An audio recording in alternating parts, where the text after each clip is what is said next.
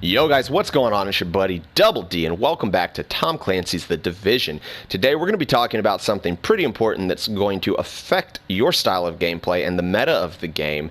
If you guys haven't already heard, Pulse got nerfed. That's right. It was a stealth nerf. They did it sneaky like. They didn't put it in the patch notes or anything, which is kind of rude, but that's neither here nor there. So let's talk about what happened. Now, for those of you who don't know, the critical hit chance cap, that means what you can't go over, is 60%. You say I'm at 57%. So that means that, if I put mods and things on my gear that have critical hit chance, or I increase my critical hit chance somehow, I'm not going to be able to boost it on this page over 60%.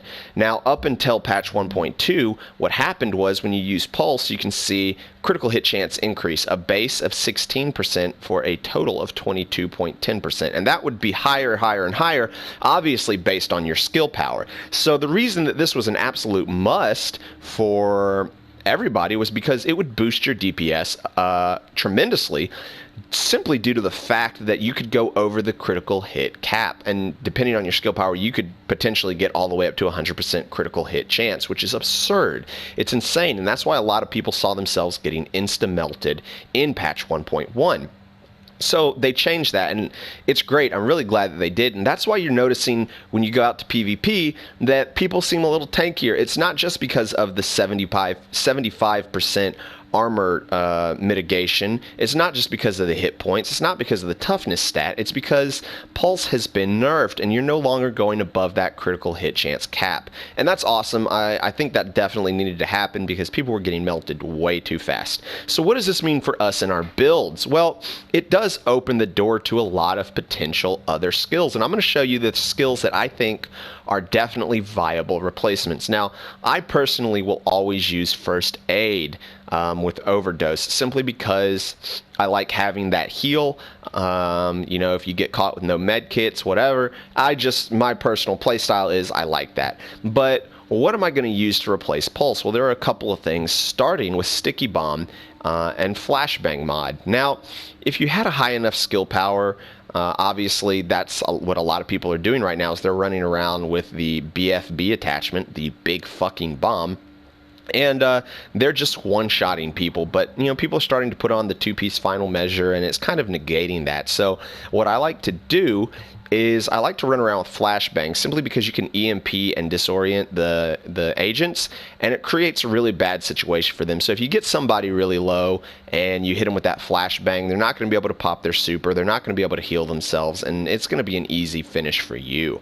Coming up next, obviously, is everybody's most hated skill, and that's the shock turret. And unfortunately, I think we're going to see a lot more shock turrets now that Pulse has been nerfed, and that's not what I want. I do think that this should be next on the list to nerf. The range is a little absurd. The fact that you can't really line of sight it, if it locks onto you and then you run in front of a car or something, it's still going to shock you. It's all pretty irritating.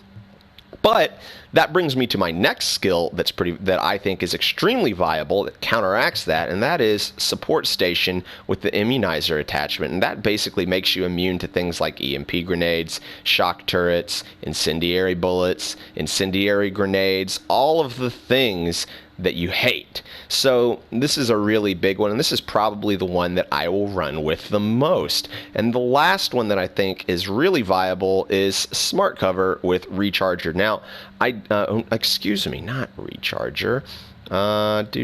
Where is it? No, maybe it is Recharger. Yeah, it's Recharger. Sorry.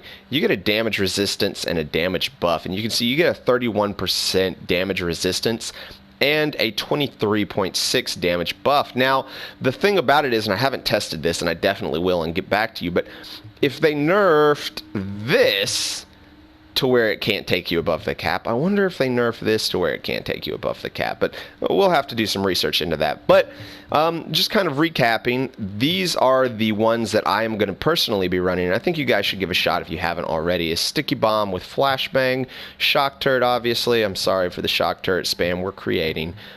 Support Station with Immunizers, and Smart Cover with Recharger. Obviously, I'm always going to be running First Aid. You guys can mix it up, though. And you know what? Maybe you like the Pulse. Maybe you think that the critical hit damage boost is worth it.